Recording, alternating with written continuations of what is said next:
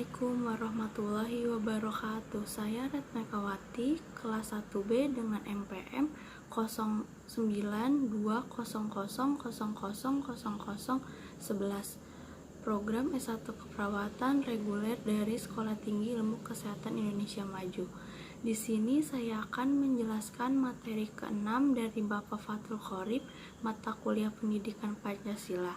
Materi yang saya akan sampaikan berjudul Penerapan Nilai Pancasila dalam Kehidupan dan Pekerjaan Bidang Kesehatan. Bangsa tanpa Pancasila, kehidupan manusia dapat mengenal ketuhanan yang Maha Esa. Pada sila pertama dapat mengakibatkan mereka kehilangan nilai-nilai etik, moral, dan spiritual. Tanpa kemanusiaan yang adil dan beradab, kemajuan bidang ekonomi, ilmu pengetahuan, dan teknologi justru akan memerosotkan nilai-nilai kemanusiaan ke dalam tempat yang rendah.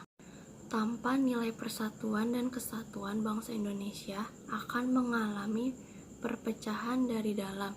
Tanpa nilai-nilai kedaulatan rakyat, dapat disaksikan tumbuhnya kekuatan-kekuatan pemerintahan yang sewenang-wenang, yang akhirnya terjadi pertentangan antara pemerintah dan rakyat. Tanpa nilai-nilai keadilan sosial, dapat disaksikan kesenjangan sosial dalam masyarakat, akan terjadi kecemburuan sosial antara si kaya dan si miskin. Tujuan penerapan nilai-nilai Pancasila bagi mahasiswa dalam kehidupan, agar dapat memahami nilai-nilai Pancasila dalam pandangan hidup bangsa Indonesia, dan mahasiswa mampu menerapkan nilai-nilai Pancasila dalam kehidupan, terutama dalam bidang profesi yang akan dijalani dalam masyarakat. Pengamalan butir-butir Pancasila dalam merawat pasien. Menurut Depkes RI, dalam ONI tahun 1985 telah menetapkan bahwa pelayanan perawatan dikatakan berkualitas baik apabila tenaga medis dalam memberikan pelayanan kesehatan pada pasien sesuai dengan aspek-aspek dasar dalam merawat pasien. Aspek-aspek tersebut meliputi 1. Aspek penerimaan. Aspek ini meliputi sikap perawat yang selalu ramah, periang, selalu tersenyum, menyapa semua pasien. Perawat perlu memiliki minat terhadap orang lain, menerima pasien tanpa membedakan golongan, pangkat, latar belakang, sosial, ekonomi, dan budaya, sehingga pribadi utuh agar dapat melakukan pelayanan sesuai aspek-aspek penerimaan. Perawat harus memiliki minat terhadap orang lain dan memiliki wawasan luas. 2.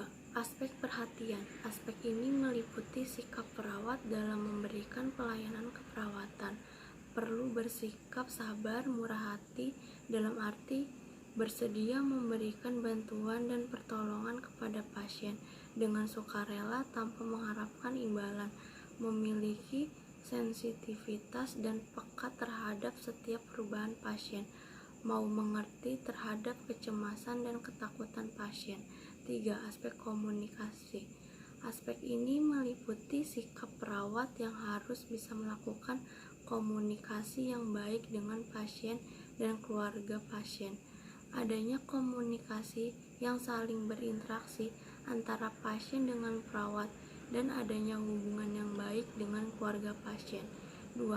Aspek kerjasama. Aspek ini meliputi sikap perawat yang harus mampu melakukan kerjasama yang baik dengan pasien dan keluarga pasien. 5. Aspek tanggung jawab. Aspek ini meliputi sikap perawat yang jujur, tekun dalam tugas, mampu mencurahkan waktu dan perhatian, sportif dalam tugas, konsisten, serta tepat dalam bertindak. Bentuk pengalaman nilai Pancasila dalam memberikan pelayanan kesehatan. 1. Ketuhanan yang Maha Esa. Ikut mendoakan kesembuhan pasien meskipun berbeda keyakinan. Memberikan kesempatan kepada pasien untuk berdoa atau sembahyang sesuai dengan agama dan kepercayaan masing-masing sebelum dan sesudah melakukan tindakan keperawatan. Mengembangkan sikap saling menghormati, kebebasan menjalankan ibadah masing-masing jika antara perawat maupun dokter berbeda keyakinan dengan pasien.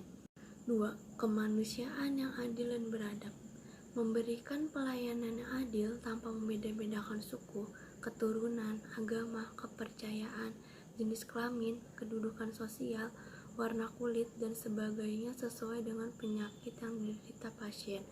Dalam merawat pasien, hendaknya menjunjung tinggi nilai-nilai kemanusiaan dengan tidak memperlakukan pasien dengan semena-mena.